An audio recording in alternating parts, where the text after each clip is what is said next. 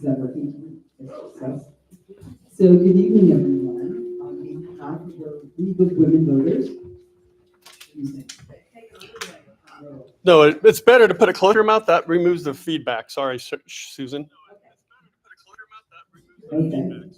It's up there somewhere. It's somewhere what to tell you. So on behalf of the League of Women Turn her Voters mic down. area, I'd like to welcome you to the Candidates Forum for the Shasta County Office of Education. Thank you so much for joining us. I want to remind you that the League of Women Voters is a nonpartisan organization. The League encourages informed and active citizen participation in government and influences public policy through education and advocacy. The League does not endorse any candidate for partisan office. Before we hear from the candidates, I'm going to share with you some information. The number of candidates, board areas, and positions, responsibilities of the office, voting reminders, and how the forum will run. We send information to the candidates, but it's always good for them too to have a review. So there are 10 candidates in this election, 1 seat for Area 1 and 3 seats for Area 2. Area 1 includes Enterprise, Grant, Reading, and Shasta Union Elementary, and Area 2 are all the other schools. Is that correct? I'm looking at our superintendent, Mike Cleveland. So Area 1, we have 1 seat up for election, and it's a 4-year term. The 2 candidates for that are Michael Orlicki, who couldn't be here today. I have a statement for him, and Michelle Renee Tyson, who also sent in a statement. Area 2, there's a 2-year term, 1 seat available, and that will be Teresa Roberts, who sent in a statement, and the Cindy Book. For Area 2 4-year terms, there are 2 seats. And so we have most of those candidates here: Dolores Lucero, Richard Gallardo, Jessica French, and Don Oust, Don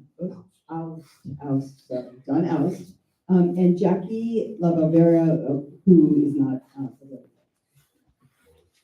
So the election, just so, because the point is to vote, right?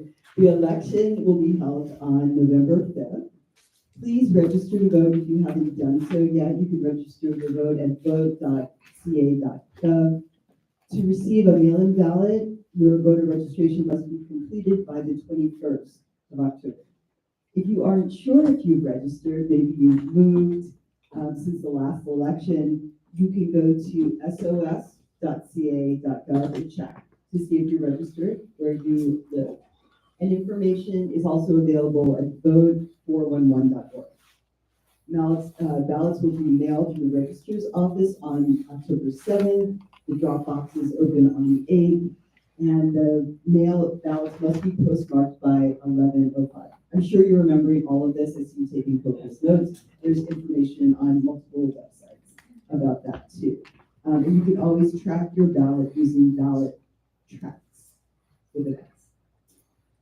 So the election is certified officially by the 5th. It takes a while to count and to look at all of those. So you're all very informed and connected. You'll see when those numbers start coming out. So I wanted to go over just the responsibilities. Part of our what the League does is to inform citizens. So the candidate responsibilities are to work with the superintendent to establish the direction and priorities for the County Office of Education through its budgetary responsibilities, and to provide leadership to support access and success of public education. So there are a number of roles they have, and there are sheets here that Scoey has about all of these if you wanted to hit that or follow along.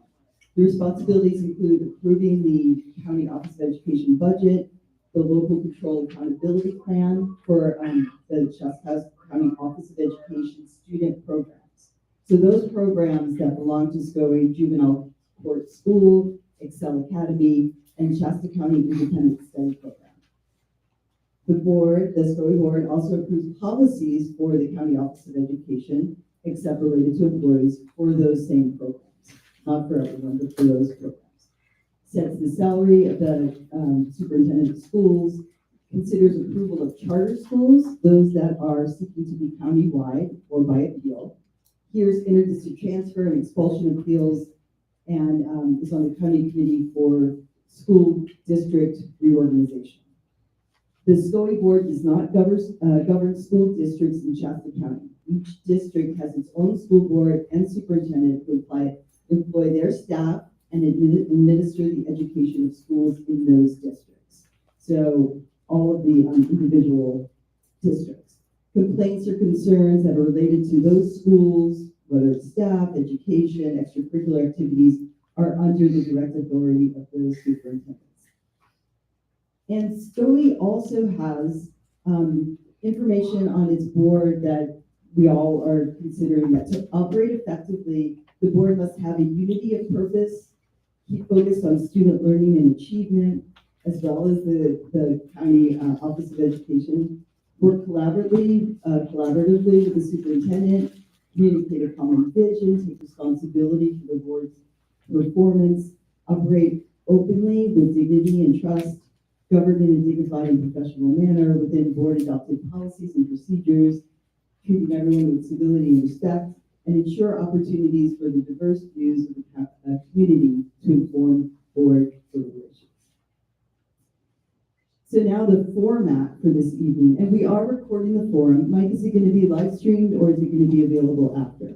It's being live streamed as well as being recorded, and we don't edit our videos in the regards to removing content or editing what any of you have to say. We only edit it so the viewers can hear better and maybe see better. So it will be in its entirety. So it's on at Mr. Mike Media 96001 is a live stream, and is also streaming if you're on social media right now to the League of Women Voters of the Reading area Facebook page. And will be available there. Yes. So our format for this evening, when you came in, you might have been given cards, little 3x5 cards, to write your questions. So the way that we operate is we take your questions. We have two members here who put them together because often we get some of the same questions. Make sure they pertain to the evening and the candidates.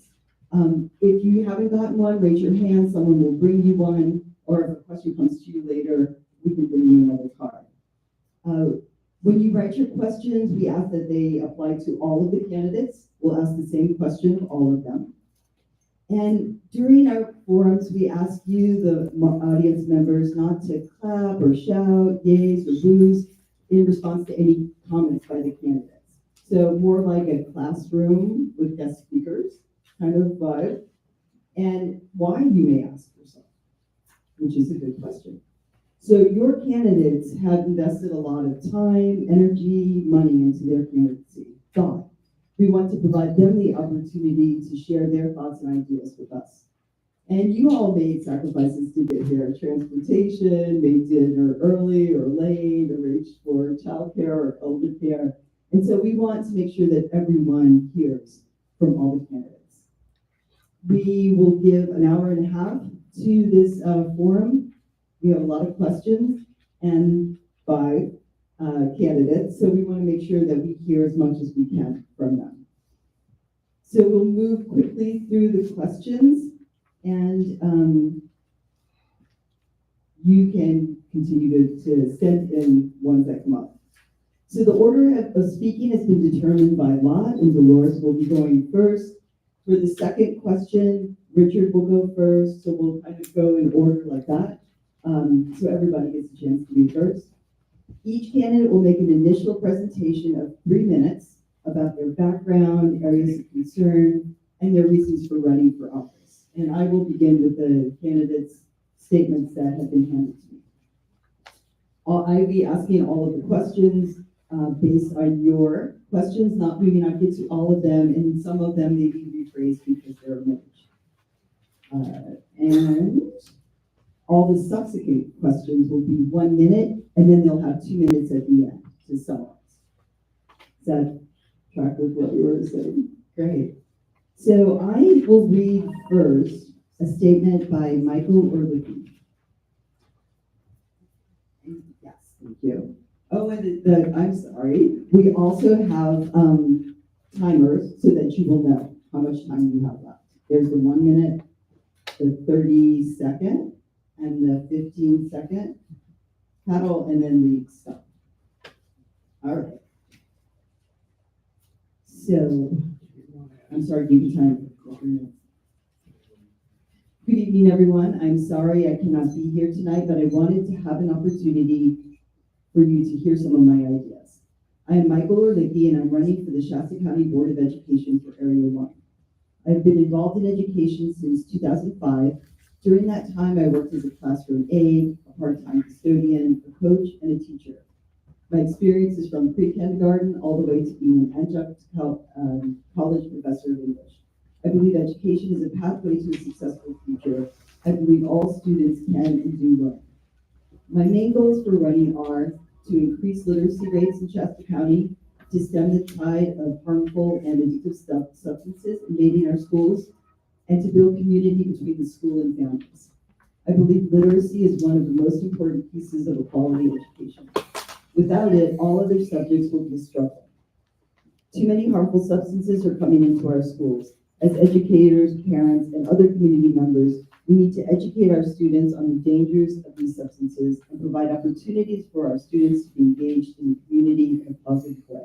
So there are limited opportunities for students to become addicted. Finally, I want to build a community between schools and families. Teachers and parents need to form partnerships for the betterment of our students. I view it as a three-legged stool: parents, teachers, and students. When all three are working together, the stool stands. If one leg is missing, our education system does not function. I'm hoping to earn your votes on November 5th. My involvement in education spans many different areas. Everyday parents, students, and teachers partake in some form of our education system. I believe if we can all work together, we can make our schools in Shasta County the best in the state. Thank you, and I hope to work with you all in the future to help ensure the success of every student in our schools. And that was Michael. And this one is from Michelle Tyson. Michelle Raven Tyson. Good afternoon, everyone. Thank you for being here today. Michelle is running for the Shasta County Office of Education, Area 1, because she believes that the decisions made today will shape the future for our children. As a mother, grandmother, and lifelong advocate for education, she has dedicated herself to ensuring that every child has the opportunity to succeed. Michelle's passion for education began through her personal experiences as a parent. She is a mother of 4 and a grandmother, with 2 of her children currently attending public school in Shasta County. After retiring from her career as a registered dental assistant, Michelle became deeply involved in her children's education. In 2014, when her daughter entered kindergarten and when her son began first grade, she learned that both children faced unique challenges. Her daughter struggled with selective mutism, and her son needed an IEP. Michelle began volunteering regularly at their school and eventually became a substitute paraprofessional. Over the years, she's worked with students from TK through 8th grade, gaining valuable insight into a variety of classrooms. This experience has given her a unique perspective on the concerns of teachers and the challenges facing our education system today. She's heard firsthand from teachers who are worried about the lack of time for instruction due to an overemphasis on social and emotional learning programs. Behavior management is another concern, as new policies have made it difficult to hold students accountable. Teachers feel unsupported with policies that have removed recess as a consequence for misbehavior and made homework optional or non-existent. Michelle believes these issues must be addressed to protect the integrity of the classroom environment and ensure teachers can focus on instruction. One of Michelle's key campaign priorities is promoting intellectual growth and lifelong learning. She believes that schools should be more than places where students simply pass exams. They should ignite curiosity, encourage critical thinking, and prepare students to adapt to future challenges. She's also committed to ensuring a bias-free educational environment where students are empowered to explore diverse perspectives and develop their own independent views. Michelle is a firm believer that education should inspire students to think for themselves without external influences pushing any particular ideology. In addition to supporting intellectual growth, Michelle emphasizes the importance of supporting teachers and encouraging parental involvement. Teachers are the backbone of our education system, and retaining and supporting them is essential.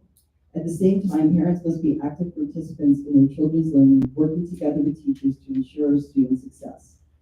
Finally, Michelle is dedicated to protecting parental rights in education. She believes that parents should always have a say in their children's learning experiences, and she will work to make sure that their voices are heard and important decisions are made. Michelle is passionate about creating a brighter future for our children, one where they're empowered to learn, grow, and succeed. Together, she knows we can build an education system that fosters curiosity, supports our students, and upholds the right of parents in shaping their children's future. I'll feel for you for reading that. And this one is from Teresa Roberts. I'm a 51-year resident of Shasta County and a business owner for the past 23 years. I have 6 children and 8 grandchildren. I'm running for Shasta County Office of Education Trustee because of the concerns I have for our public education system in Shasta County. Education should be about traditional education, about learning math and English, but studies show 8th grade students in California rank 48th in the nation in math and English proficiency. I'm an advocate for the trades and believe they should be offered to every student no matter where they go to school. Trades are the best way for many students to discover an individualized way of learning, a way to excel in math because they are building with their hands and using tools that need exact measurements, using geometry, calculus, and fractions. While they may not be excelling in traditional classroom education, they can experience a new excitement in a way that meets their unique way of learning. They are also encouraged because they can make a living without incurring college debt, and most importantly, they can blaze their own path to entrepreneurship.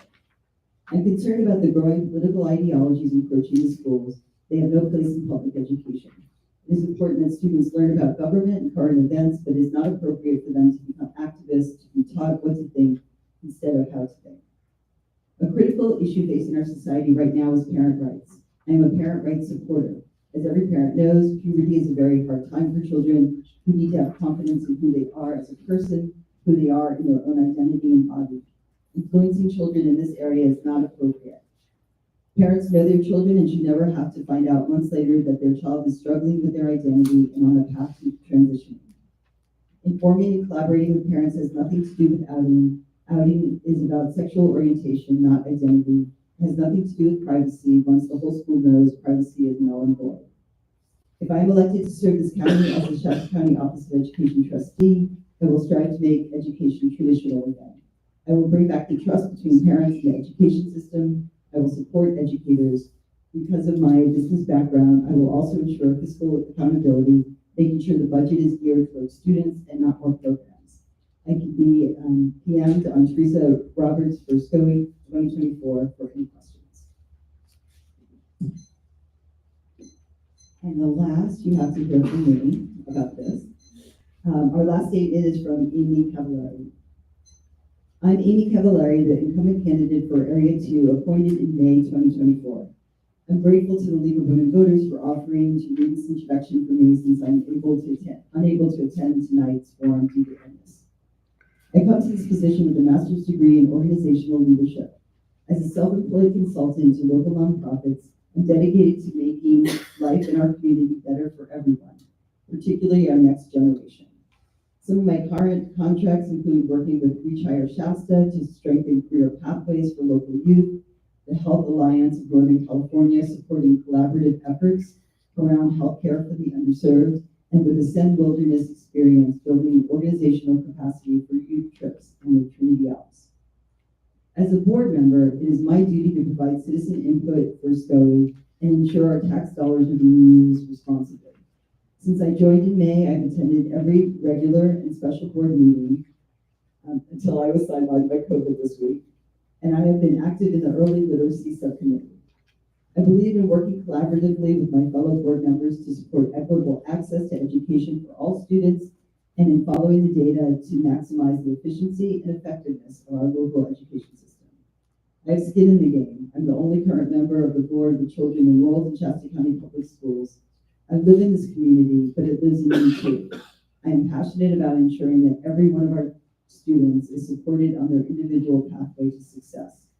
Ultimately, they succeed not as Republicans or Democrats, but as the best version of themselves.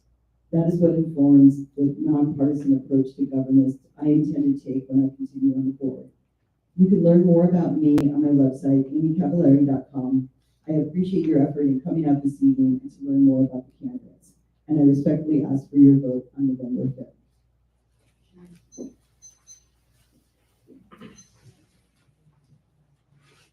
So we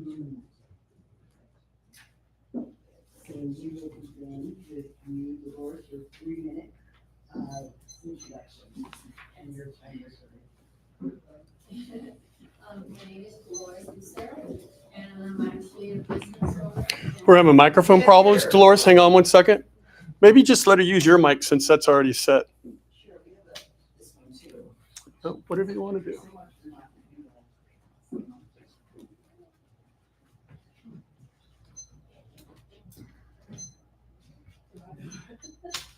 Well, you're done.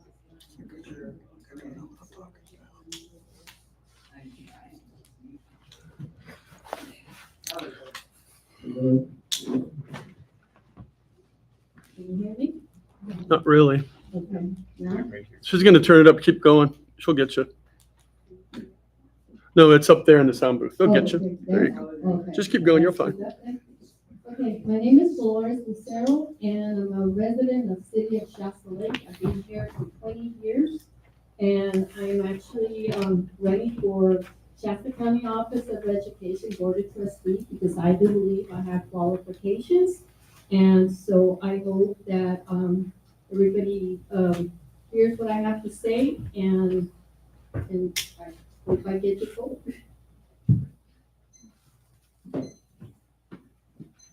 Pretty low.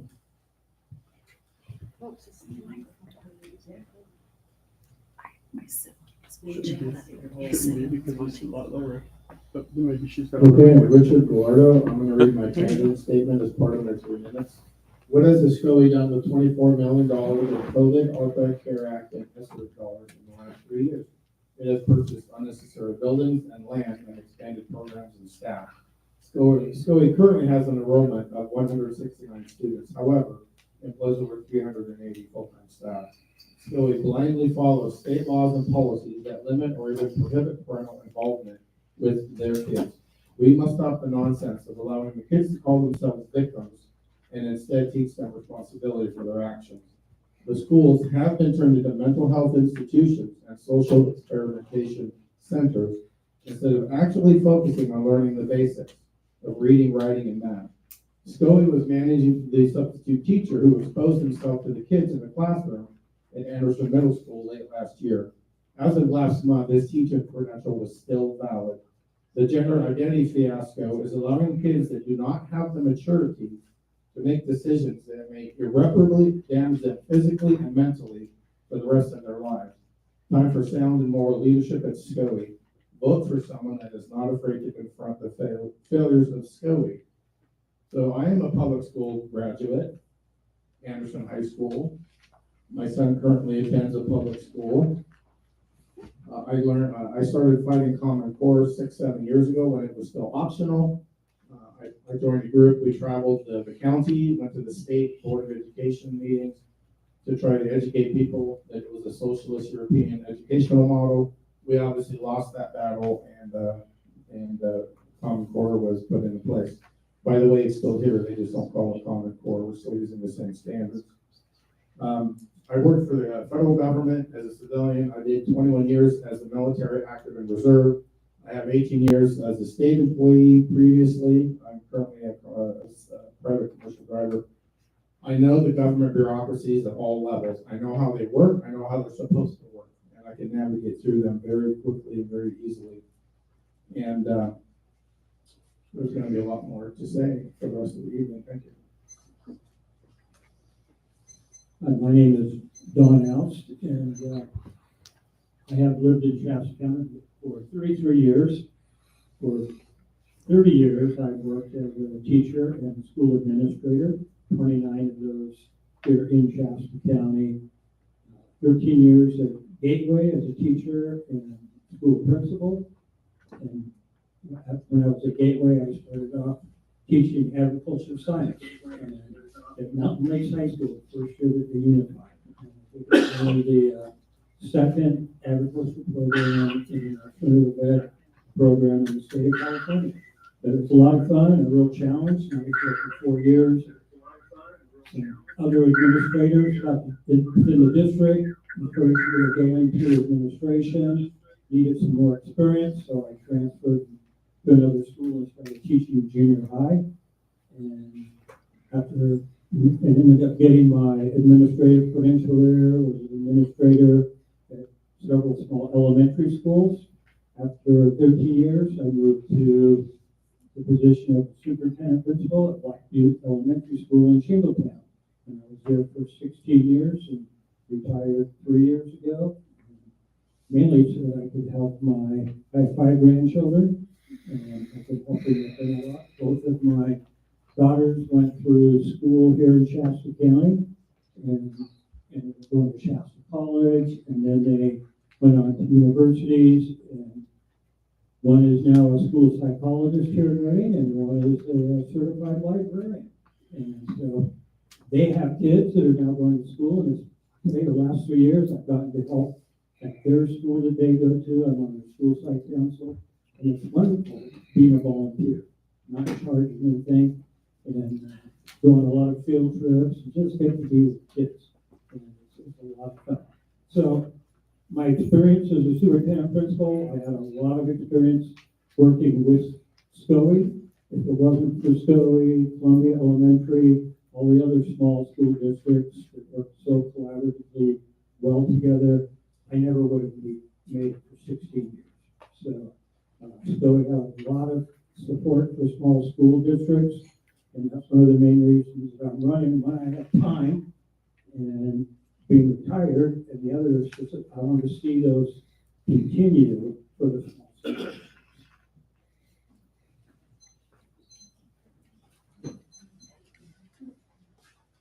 Hello, I'm Jessica French, and I'm running for Area 2 of the Shasta County Board of Education, which, in case you don't know, is all the area or except Reading, right? I think some people might not know, because that's the first question I always get is, what is Area 2? Is this working? Okay. So first and foremost, I'm a mother of 2 public school children. They attend Foothill High School and North Cow Creek. One of my children is in special education and has been his entire school career. So I've had the experience of navigating difficulties with my own child that has struggled in public education, and been able to learn to be an advocate for myself and my child and my family, and know about our rights when it comes to public education, and what the schools are required to do to help him be successful. Also, I spent a lot of years learning how to be a good partner with my kids' schools, because I feel like that has been most important in their education, building relationships with their teachers, who I consider some of my best friends still to this day. My son, when he went to high school, we're still talking to his middle school teacher because we love her that much. I volunteered in my kids' schools a lot. I sat on many committees, many boards, some special education boards where there was discrepancies in the way that they were identifying children, and they asked me to participate as a parent to help them through this 6-month process of becoming better at what they were doing with special education. I was the vice president of the PTA, the communications person, PTA, all those kind of things. So that's my experience as a parent. Also, in addition, I have a whole entire professional career in education. For 17 years, I've been a guardian of 1,000 children in public school systems here for education. I work for a nonprofit that works with the Bureau of Educational Affairs in Washington, D.C., and we support cultural promotion. We promote cultural exchange through our high school programs. So that has allowed me to learn how to work with all different kinds of people, from different cultures, from different customs, from that speak different languages, to different economic divides and things like that. So I think that I would be a great candidate for this role. All of those things. Hi, I'm Cindy Boat. First of all, I just want to thank you for hosting us this evening, and for all of you who have chosen to attend. I don't have a long, well, probably will be long now, 3 minutes. But anyway, part of my candidate statement, or an additional part of my candidate statement, after a 20-year career at UCLA as a student affairs officer, my family and I moved to Shasta County in 2010. In the years since, I've had the opportunity to serve my community in a number of ways. Currently, I am employed by California Heritage Youth Build Academy, aka CHIBA. Previously, for 12 years, I was a case manager. My new role in what I hope will soon become semi-retirement is community liaison. I'm also the McKinney-Vento School Liaison, and I've worked at CHIBA since 2012. CHIBA is a local charter high school serving students who, for one reason or another, have not realized success in a traditional high school setting. Additionally, I have served on the first 5 commission as a commissioner since 2014 until present. First 5 Shasta served Shasta County children 0 to 5, providing early childhood resources and opportunities for the children and their families. I'm also on the commission for the Shasta County Juvenile Justice. I became commissioner there in 2016 and am still currently. The commission works closely with Shasta County Probation, serving both incarcerated youth and youth on probation to better guarantee their chances for future success. I have been serving on the Shasta County Board of Education since June of 2023. As you all know, the Shasta County Board of Education provides leadership and citizen input for county educational programs and services available to Shasta County students and their families. I filled a position that was vacated, a board position that was vacated when Steve McFarland passed away. And there were a number of us, several up here tonight, that applied for that position. It wasn't an elected position. And initially my thought process behind that was to be of service. It's been a long-standing theme throughout my life. I think my kids can vouch for me in that regard. Little did I know what all I was, getting into in the best of ways. I think that to just learn about all of the opportunities and I don't know how Thank you. And Mr. Gallardo is going to go next. I just wanted to acknowledge our fearless timekeepers here, Holland, Chase, and Patty Julovich. And we have our people who are coordinating our questions here, Pam Crow and Tammy Cole. So thanks to both of you. So this one is 1 minute. As a board member, how would you find out what the county thinks in order to set the direction for the whole county?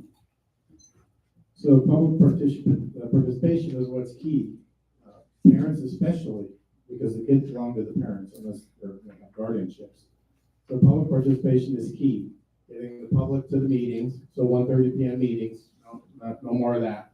We need to have 6 p.m. or later meetings every month. And we get the, gosh darn it, I had a thought there, but and another problem with the logistics with the day meetings is that the parents can't attend. So that's the reason for the night meeting. But we have to get everybody involved. There has to be mass communications before the meetings and during the meetings. And that includes also the agenda's coming out 72 hours beforehand. While that's the minimum for state law, I'm going to make a policy that we do 5-day advance notice on the agenda. Thank you. Be sure to hold up. Well, I know that as being on a board, I had a board for 16 years. You have to work as a team, and you can't be individual on that board. And I'm going to work closely with the school superintendent, the staff, the different directors on the board, listen to parents and see what they have to say and what they see as important to them. And you have to stay informed. And I definitely, I know how to do that. I did it for 16 years, and I'm going to keep doing that. And to do that for this board. You have to work together as a board, and you have to listen very carefully and work closely with the superintendent.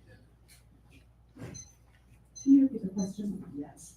As a board member, how would you find out what the county thinks in order to set the direction for the county? Okay, how would I find out what the kind of relationship building, communication?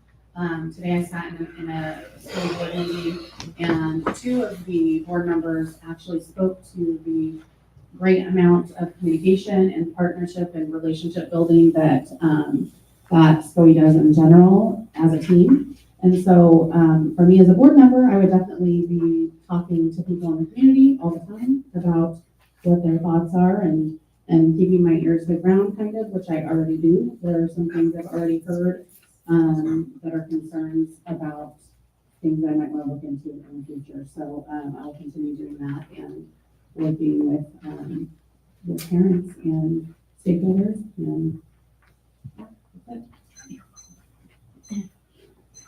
So I think I have a little bit of a foot up in this regard because I'm already on the board, but it has been my experience that in partnership with all of the programs that SCOE offers, their amazing staff, and their connections with the community and the different schools in our county, that we are getting a lot of feedback from the community.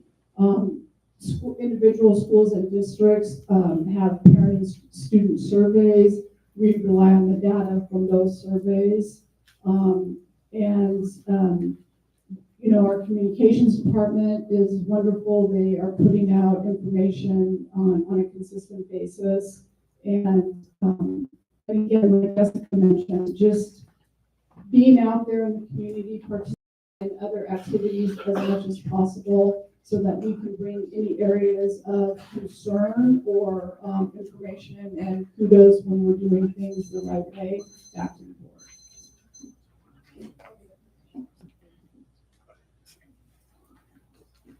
Can you repeat that question? Thank you. As a board member, how would you find out what the county thinks in order to set the direction?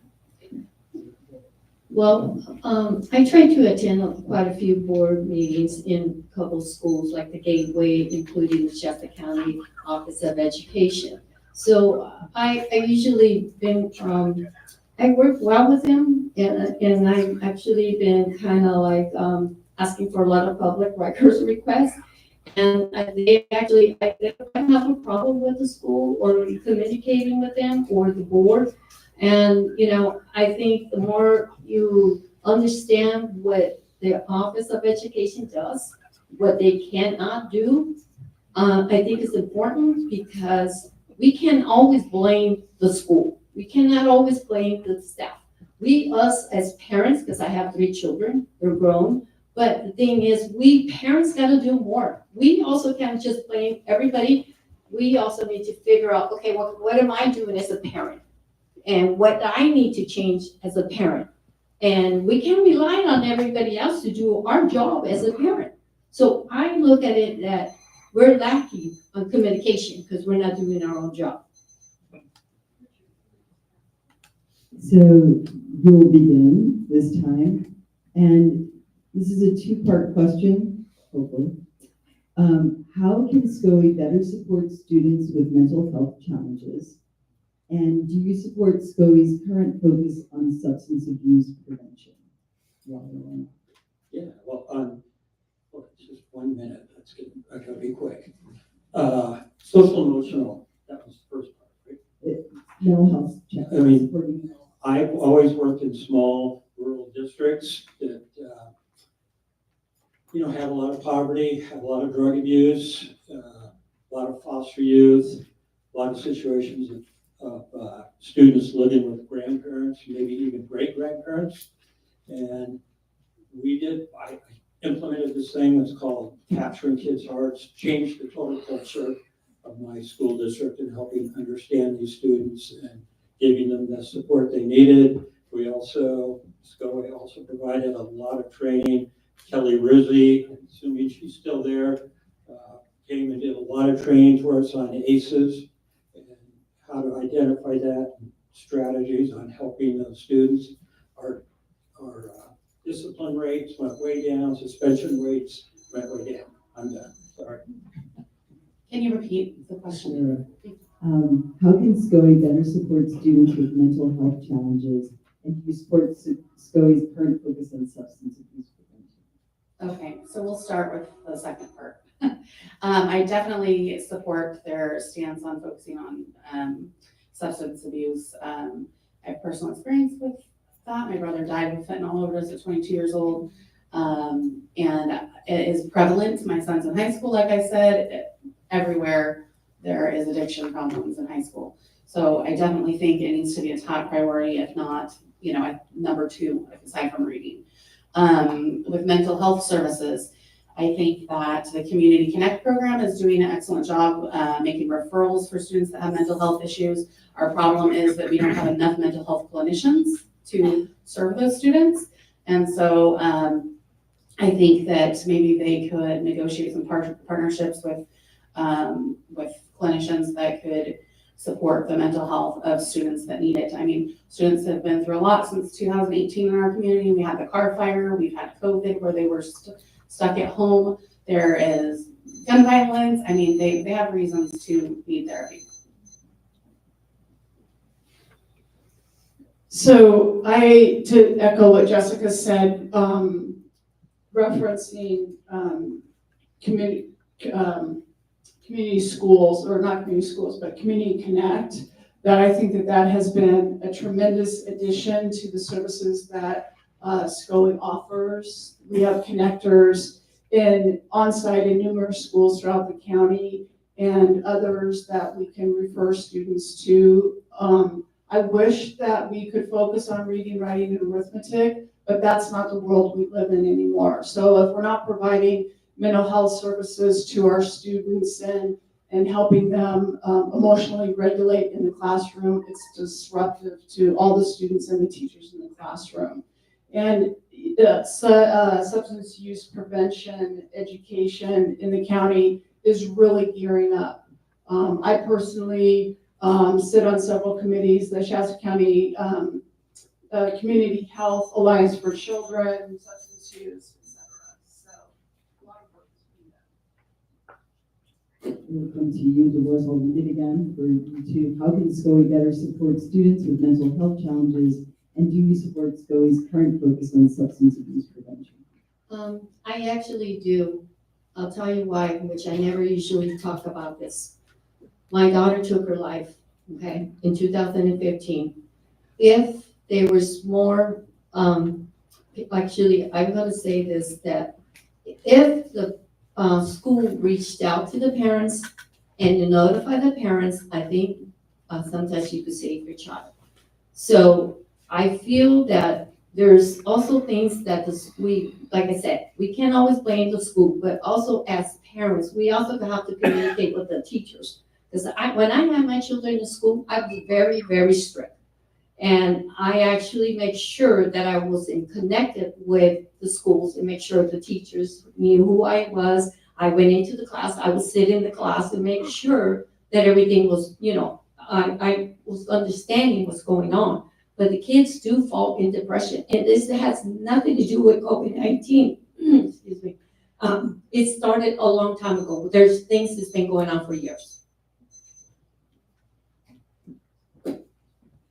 Substance education, yeah, that's something the kids need on a perpetual basis. As far as the mental health programs, they don't belong in the schools. They belong with public health and they belong in the private sector. Those entities should be providing the mental health counseling for the kids, not the schools. Again, that detracts from actual education. So the kids that need the counseling can get it. Either the counselors come to them, but they're not school employees. They're other employees of other entities. So the mental health, unfortunately, the kids, they're taking advantage of this. There are some kids that do need some guidance, but then there are all the smart kids that know that they can use any excuse that they want, an ACE score, so let's say, to avoid responsibility for their actions. And it's making the kids soft, and it's making them, it's damaging their upbringing, and it's gonna make them damaged adults.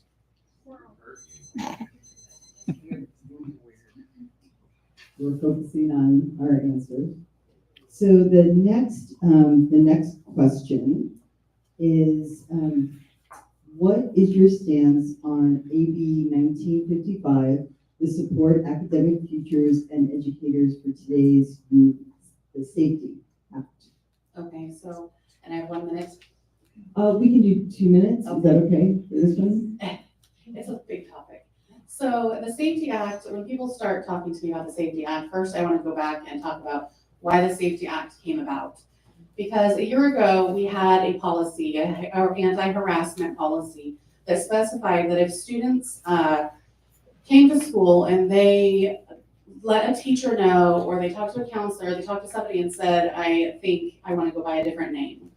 The policy at that time was to gather a team together, encourage the child to talk to their parents, bring the group together, which would include the parents. The verbiage said, unless there was extreme circumstances or something to that effect. So to me, that was an excellent policy. It left room for flexibility in case of extenuating circumstances where it was not safe to talk to a parent of the child.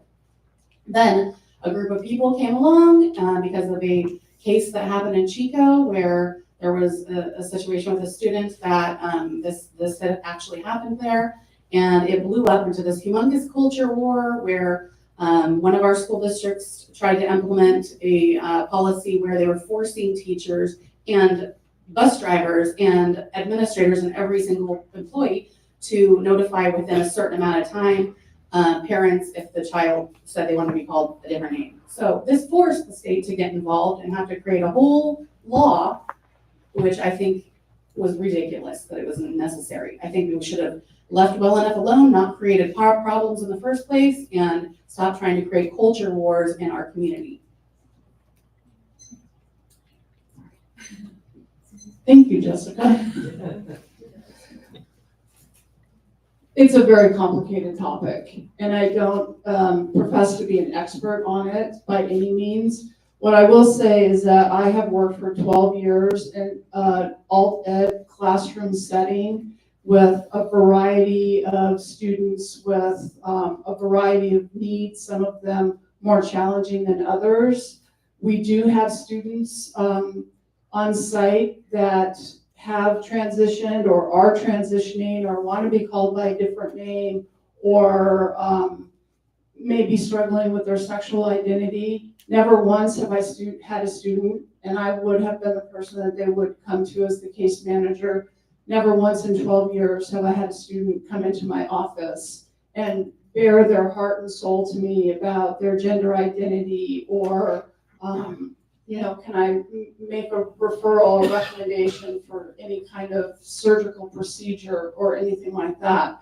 So I don't think that when we think about all of the challenges that we have as school administrators and teachers, et cetera, this is kind of on the low end of the ladder in terms of challenges. That being said, when I was sworn in, I took an oath of office to uphold the Constitution of California and the United States, and I, as a board member, am governed by those laws and the California Ed Code. So if the decision had gone in the other direction, I would have been mandated to uphold that decision as well. So.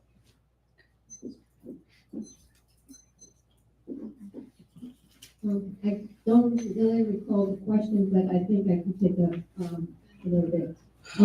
First thing, when my child is born, I give her a name. That name stays with her until she's out of my house. No name's going to be changed, or anybody's going to give her a different name. If there's a problem that she has any, confusing about who she is, then I will take my child out of the school and deal with what's going on. I would sit down with her, I would kind of talk to her and make sure that I'm doing everything as a parent in one-on-one. I'm not gonna rely on anybody else doing my job as a parent. So that's how I would treat it and how I see it, because every parent has a right. And every parent has a right to know what goes on with their child in the schools or anywhere that, that as long as the child's under your roof, I look at it, it's your responsibility. And I believe that until the child's out of your house, then they can do what they want. But as long as I'm the parent, they're under my roof, it goes what I say. So, sorry. Okay, hit the record button. I agree with what the horse just said. It was beautiful. It was absolutely beautiful. Parental rights. Parental rights is the key here. Not what the governor wants, not what the legislature wants, not what the State Board of Education or the California Department of Education wants. No, it's what the parents want. And in cases of the guardianships, that's a little different. But when you have a legitimate parent, it's what they want for their child, period. There should be 100% affirmative consent for all activities in school. 100%, including the curriculum, by the way. The parents should have to affirmatively sign a document that says that their child may do this or may do that, period. That's how it should be, parental control. The parents are legally responsible for the kids. Guess what? That means they get to make the choice for the kids, not a school employee. That's just not how it works in a constitutional republic. So I absolutely agree. Education Code 60002, school boards shall promote involving parents. It's in the code. Well, the state says we can't because of AB 1955. Sorry, state of California, not doing it. We're going to follow this very ethical and moral law that actually promotes the rights of the parents. And kids in school at 12 years of age and up, they can get certain services in the schools with no parental notification. That is not acceptable. Everything happens with the kids needs to go through the parents and the guardians with affirmative consent. I know because I was a superintendent, maybe something has happened in 3 years. But when we had counseling services at our school, we had to get parent permission. Maybe that's changed. But they couldn't do it. A counselor would not see them without that parent permission. I do think, especially for this board position, this is sort of a low-end issue. I think that the courts will probably take this. I know there's lots of lawsuits out, and hopefully they will come to a decision that people can agree on with this. So I do believe in parent rights. Again, as a board member, I'm not board member, I'm sworn in. As was already mentioned, I'm going to follow the state constitution and the federal constitution. So I am going to go real quick back to my last question, because I ran out of time. And I certainly think that substance abuse prevention is very, very important for school. I saw some really bad situations in my career with families and how it tore them apart, and sometimes it had fatal consequences. And I don't want to see that happen, and I think it's only getting worse at this point. So, especially with fentanyl and with the legalization of marijuana. Thank you. Cindy, you'll be first. What are your thoughts about educating students in media literacy? 1 minute, sorry, 1 minute for this. What are your thoughts about educating students in media literacy and helping them navigate misinformation or disinformation? Well, thank you for the question. And there will be a presentation made, the date escapes me at the moment, but in the next week or two about the safety, how families and schools can help youth navigate the internet, especially now that you know, AI has become so popular and readily available. A lot of the information in terms of the internet and social media protections will relate to being, you know, scammed, those kinds of things. But one of the things that I see coming down the road in 2026 is the, you know, no use of school phones in the school. So I think that that will help a lot.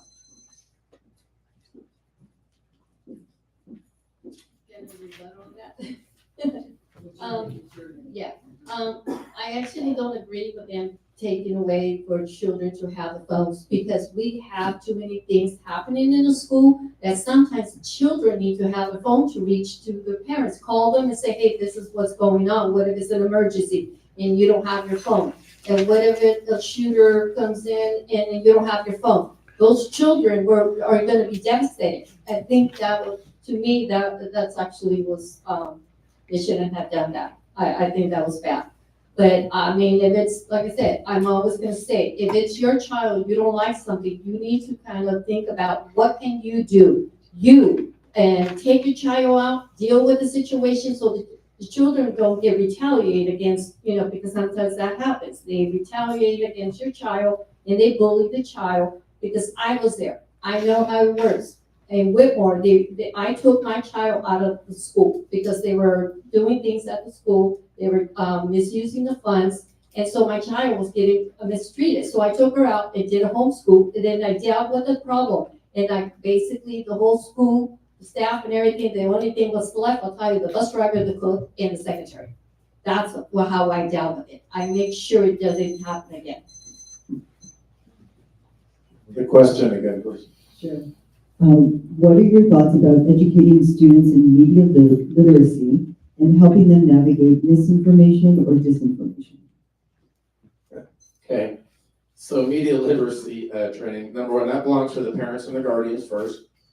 If the school was to issue such training, that should be an after-school optional curriculum. And what concerns me is this George Orwell 1984, misinformation, disinformation. When the kids are indoctrinated that it's okay to censor people because they believe there's somebody saying something incorrectly or flat out wrong, that is censorship. That is stifling true debate of all aspects of an issue. So this is again, this damages the kids. It sets them up for failure now and as adults. There has to be a full open dialogue of all opinions, open debate, not censorship. And misinformation, disinformation, equity, and all these flowery terms, it's nothing but socialist, Marxist training of the kids. Yes, it is. Thank you for laughing. Let's listen to everyone. Could you, I was having a hard time understanding the question. Sure. What are your thoughts about educating students in media literacy and helping them navigate misinformation or disinformation? Yeah, I'm not that skilled in it, but I know that people are. Like my daughter, who was a librarian, and part of her job is information technology. And she goes and teaches class at Shasta College on how to use that, how to get the right information, accurate information.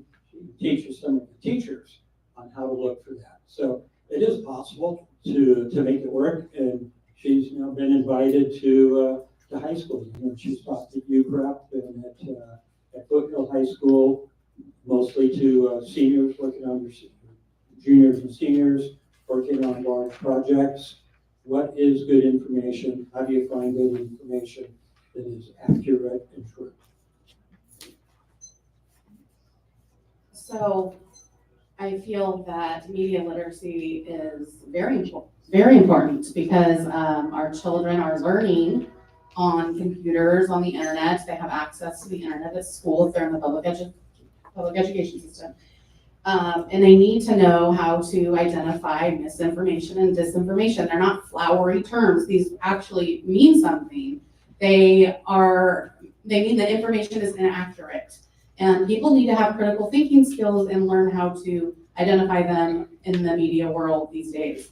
If your children are not taught how to identify them, then they may be the kind of adults who go on Facebook and see a meme and are like, oh my gosh, that's real, and then they share it and spread it, and it spreads like wildfire, and all of a sudden, your entire community believes it. So it's very important to educate our children on media literacy. All right, there's so many questions here. All right, I will ask this one. So you all mentioned several things, and we have questions about parent involvement and parent rights.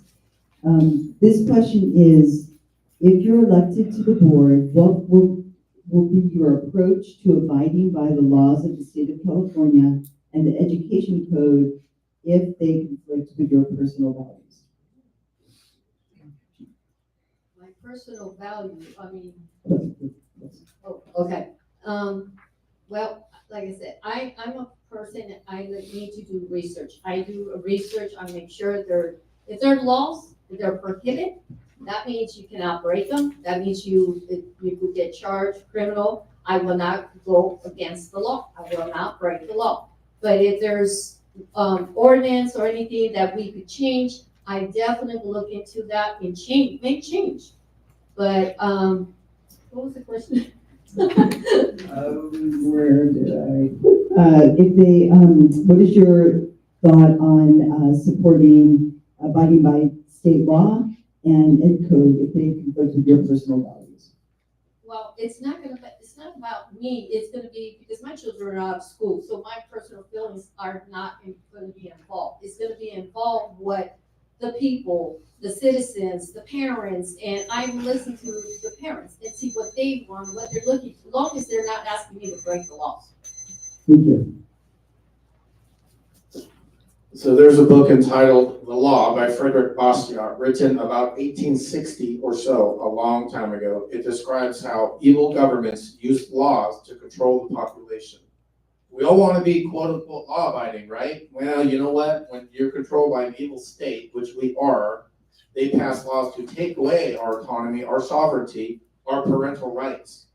Ed Code 35160, legislator finds and declares school districts, boards of ed, superintendents have diverse needs unique to their individual communities and programs, and they should have the flexibility to create their own unique solutions. Now, there's a law I can get behind. I sort of agree with that. Make sure that you're talking to your community.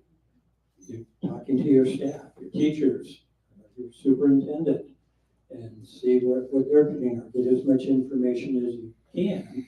However, if it is law, I'm going to follow that law. I'm not going to break it, especially here at SCOE board. It's not really our job to do that. And, again, as I said earlier, if it's something that's really controversial, it's going to go to court.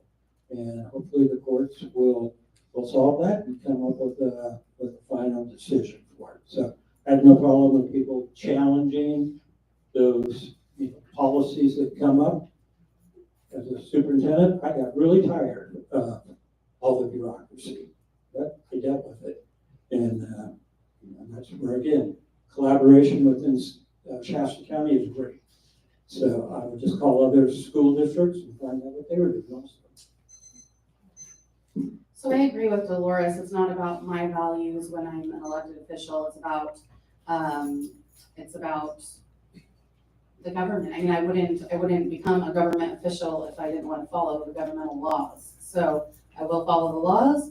If the community has thoughts about it and they're feeling like they don't agree with a certain law or suggestion that's being brought upon us by the government, then I may do whatever we can to support their voice being heard. But when it comes to actually following the law, then I think it's our job as board members to follow the law.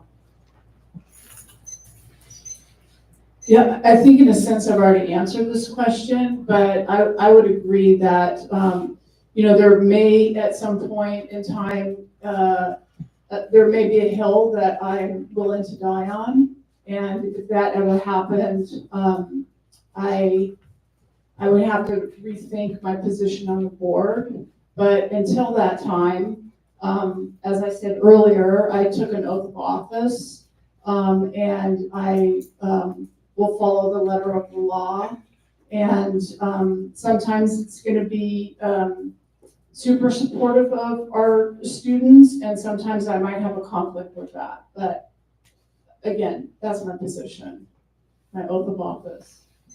Thank you. And Mr. Gallardo will go first for this one. And the question, 1 minute, is what do you see as the greatest teacher training needs currently? The greatest teacher training needs, I'm reading a book now titled The Great Classroom Collapse, just released this year by Lance Izumi. Highly recommend everybody gets it. And there are many, 200 plus footnotes. It talks about how the teachers are not taught how to teach right, especially reading. It's a beautiful book. I'm only a third of the way through it, but getting teachers to effectively teach, I think that's the key. And that we may need to, and the California Constitution allows us to alter or reform anything about our state government that we don't like. The people can do that. But at the local level, we can alter and reform how the teachers are teaching the kids, because 20 years of test scores, you can look at the last 20 years of test scores, not looking real good. So, right, the definition of insanity is doing the same thing and expecting a different result. So let's change the way teachers teach the kids. Can you repeat the question? Sure. What do you see as the greatest teacher training needs currently? Well, there's all sorts of trainings I think teachers need. It's a very complex job that they have. It sort of depends on the teacher, it depends on the subject area, but I would say probably yes. Literacy is number one, and it's not, I mean, K3 is real important, but even after that, if the student didn't get it at that, they need those supports all the way up through high school. There's a great podcast out, I believe it's called Soul the Story. I think that's the way, Jennifer, I was already saying Fire Story, but or told the story, but I think it's Soul the Story. It was a little discouraging for me as a superintendent who really pushed reading, but it's also encouraging. Hey, if you're doing something wrong, change it and find out what was right about that and move forward. Always looking for improvement. I agree with Mr. Gallardo. Literacy is got to be number one. We have less than 50% of our students able to read before third grade. We need to be focused on that, and obviously we're not doing a good enough job with teaching children how to read. So I do know that there are some really good trainings coming for teachers through SCOE. So I heard about that today at a SCOE board meeting. They talked a lot about it, and there's going to be a presentation coming out about it. I think that she will be able to tell you some more, but yeah, definitely literacy. I would like to see our kids being able to read by third grade more like 100%. That would be fabulous. So I think that's our biggest need. Yeah, so SCOE does have an initiative that is, we have actually two initiatives, but literacy is one of the initiatives. And that was a huge topic of conversation today in our planning session. And, you know, when we're looking at the big picture and talking about goals, that every child in Shasta County will know how to read. And there are some new literacy programs that are being introduced into the schools in the coming months. And it revolves around training the teachers on a particular format of teaching literacy curriculum. And then, of course, we have other things coming, the Dolly Parton Imaginary, I'm gonna get this wrong. Yeah, the Imagination Library and some other, you know, First Five is big on books and reading and literacy, and partner with the library and preschools. So, and it's not just California, it's not just Shasta County, it's not just California.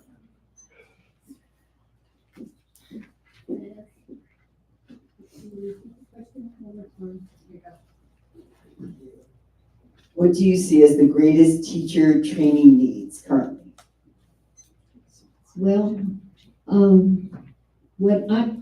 to be honest, I don't know the reason why I say that, because I have not looked into it, but what I do know, I attended quite a few meetings in the schools. I do believe the kids need to be taught more, reading and writing, the basics. But for the teachers, I believe that the teachers need to be educated on their rights and what they can do, what they can't do. Because so many times we have teachers, they're afraid to speak up and regarding what they're doing or they can't do, and they're afraid to losing their job. So we need to educate everybody on their rights so that way we don't blame the teachers or always just say it's their fault, it's their fault. We have to find other solutions instead of doing the same old thing and expect a different result. We'll pass it down to, you went first last time, so for John. Do you think prayer or religion has any place in public state finance schools? Why or why not? I'm sorry, I wasn't sure who's trying to- Sure, yeah, for you. Do you think prayer or religion has any place in public state finance schools? Why or why not? No, does not. And there needs to be a separation of church and state. I'd be, at my schools, we did have religious training, but it was after school and it was voluntary.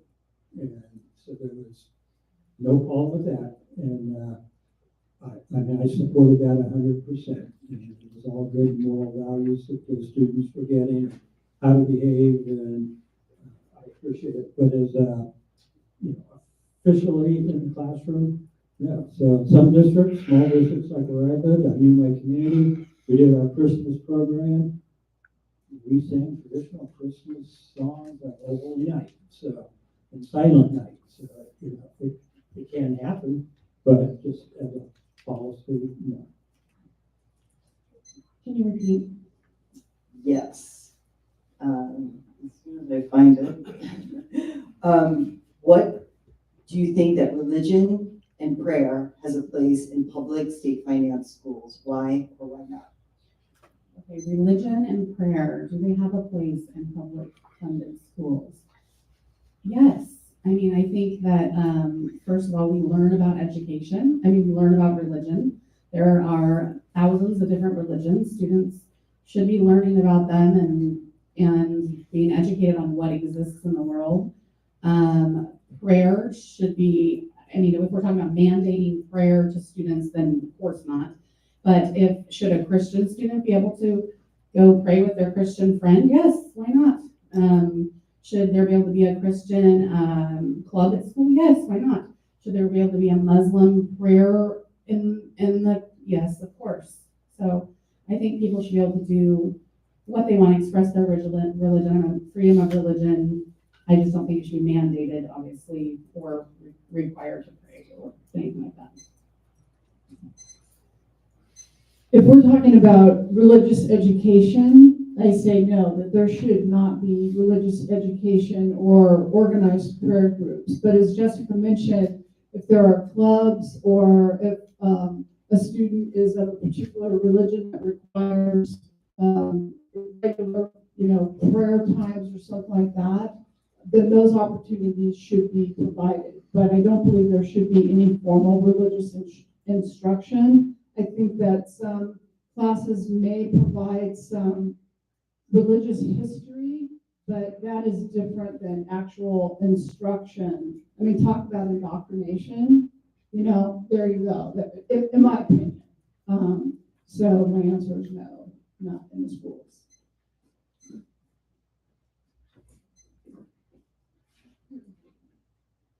That question, I believe that if there's any way that we could allow the children to have that available for them to have a class of prayer, or they want to learn of their culture, or, about God. I believe in God. I feel that my God should be my number one priority, which it is. It is, and every day I get up, I always make sure I pray. And without God, I don't feel I could do anything without Him, to have Him in my life to protect me. But if a family or children want to have that prayer or pray for the food, I don't think we could infringe in their rights if they want to pray. And we cannot, we got to be careful, because if we violate their rights, then we're looking at, consequences where we're interfering in the rights to religion. I believe if there's an opportunity, if there's there's no law prohibiting for them to do something in school, I will look into it. I would like to see if there's a possibility, because we're losing our prayers, our God in our life. Yes, it's called freedom of religion, not freedom from religion. And everybody up here has said some very correct things. This really isn't even an issue at the point. The Supreme Court has opined on this on many, many cases. The status quo is legitimate, it's legal, it's lawful, and it's moral and ethical. So the question's a little misguided, I think, to begin with. So, guys, I don't think this is an issue at all. So, Jessica, you'll be first, and we have about 10 minutes left, so we're going to move into our closing statements. And the candidates have 2 minutes to kind of make their final statement to you. There were more questions here. If you have other questions for the candidates, they've shared their sites, many of them. Many have materials out in the lobby, and there are materials here too, including some things I'll mention at the end, and some information about SCOE board members. So 2 minutes to wrap up. Okay, well, can we hear me again? Okay, I'm not getting close enough, I guess. Okay, thank you to the League of Women Voters for having us tonight and giving us the opportunity to discuss why we would want to be on the board for Shasta County Office of Education. Like I mentioned earlier, I'm a parent that has successfully navigated public education, both as a mother and professionally for nearly 1,000 students. I have very good working relationships with all of our schools, with our teachers, my children's teachers, and I've been very involved. I think that I can bring a lot of that experience to SCOE with ideas for their programming and policies and how to connect with parents and get them more involved. And I think, again, that I have a lot of experience working with all different kinds of people, having been a regional director for an international organization, working with people from 52 different countries. I know how to work with all different kinds of people, and I think that would bring a lot to the county school board as well. So thank you again, and I hope to earn your vote. Thank you. I would like to see the positive momentum that we've realized here in Shasta County in terms of education, inclusiveness, the different programs that we're able to offer our students and their families. You know, we're not trying to separate the students from their families. So many of the programs that SCOE is able to offer includes the families. And when we talk about successful students, students are successful when we engage their parents and caregivers and their families. And so I just really want to underscore that in no way are we trying to separate students from their parents or give them any crazy ideas, and really want to and strive to partner with the parents and our community at large, because the schools can't do it alone, the teachers can't do it alone. SCOE certainly doesn't have that type of power or influence, or so I'm really all about the community and engagement and moving forward with the awesome programs that we have and the wonderful staff at Scully that implements those programs.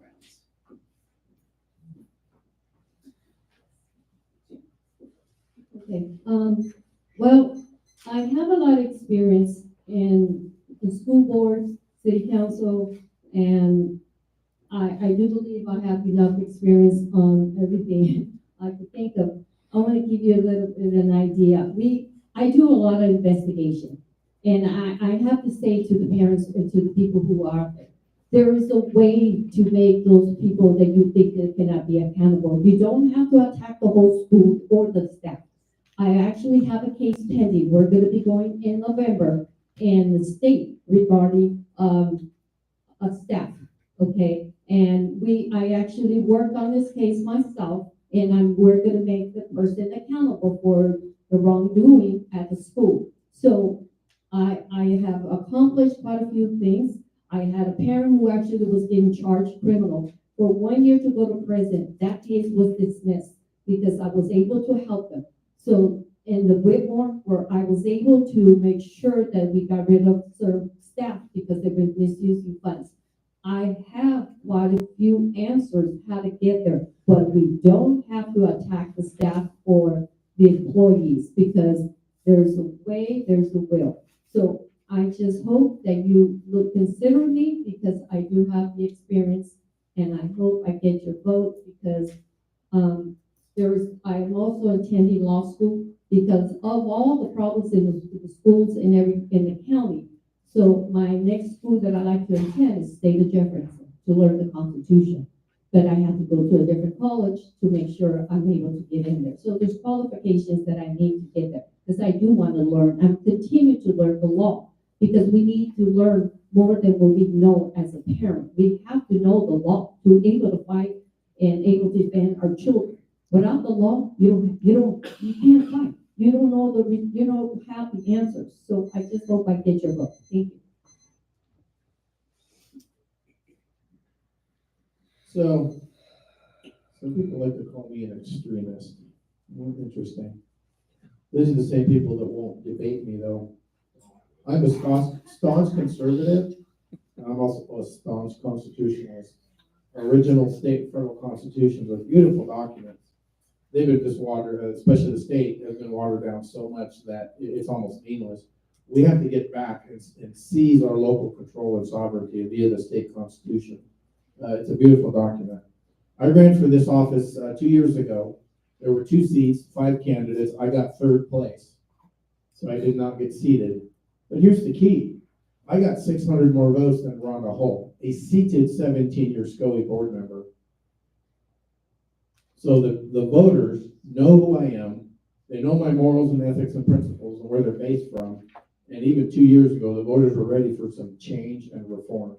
And I believe with this new parental rights attack, I think the voters are really going to want some conservatives on the Scully board. And by the way, in Peoria School District in Arizona, in Glendale, Arizona, they just recently refused to renew a 5-year mental health contract that was failing the kids. They said, nope, not going to continue to do the same thing. So I believe this is spreading around the country. Again, the parents, they know what's happening now. The parental knowledge of what's happening is getting really, really high recognition at the moment.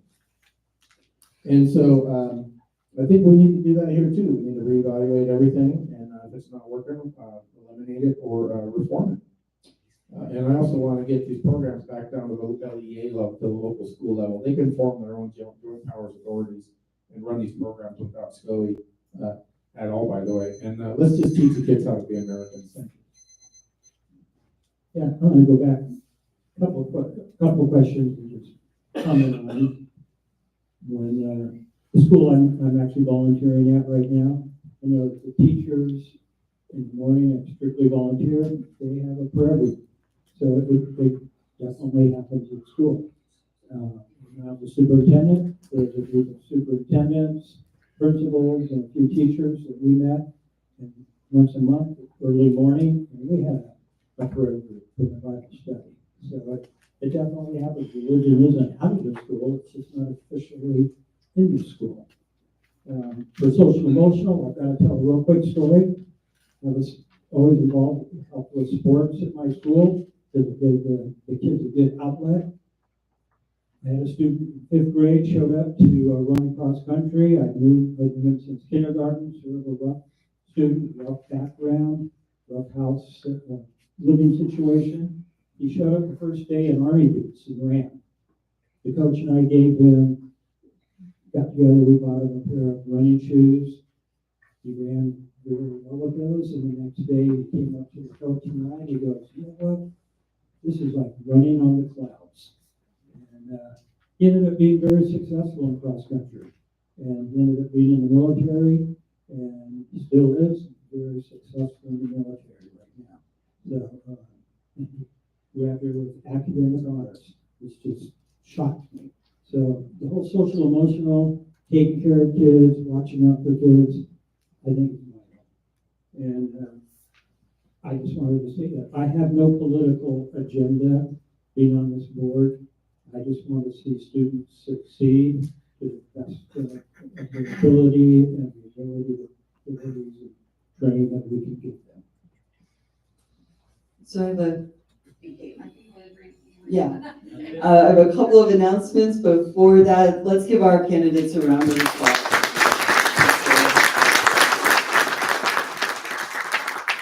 So some of the candidates may be available after for questions. Their materials, again, are either on the table here or in the lobby. Our superintendent of schools, Mike Freeman, who's right here. If you have any questions for him, he'll be around as well. The league would like to invite you to our last forum, which is called Pies and Propositions, because there is both discussion of propositions and real pies that you can eat for free, right? One piece. They're usually very, very good. And that will be Monday, October 7th at 6 p.m. So you're all welcome to that. And that's at the First United Methodist Church on the corner of South and East in Reading. So on behalf of the League of Women Voters of the Reading area, I would like to thank you very much for your attendance. And please feel free to share the video of this event that will be on the League of Women Voters of the Reading area Facebook. Thank you. Hey, you're a great audience. Thank you.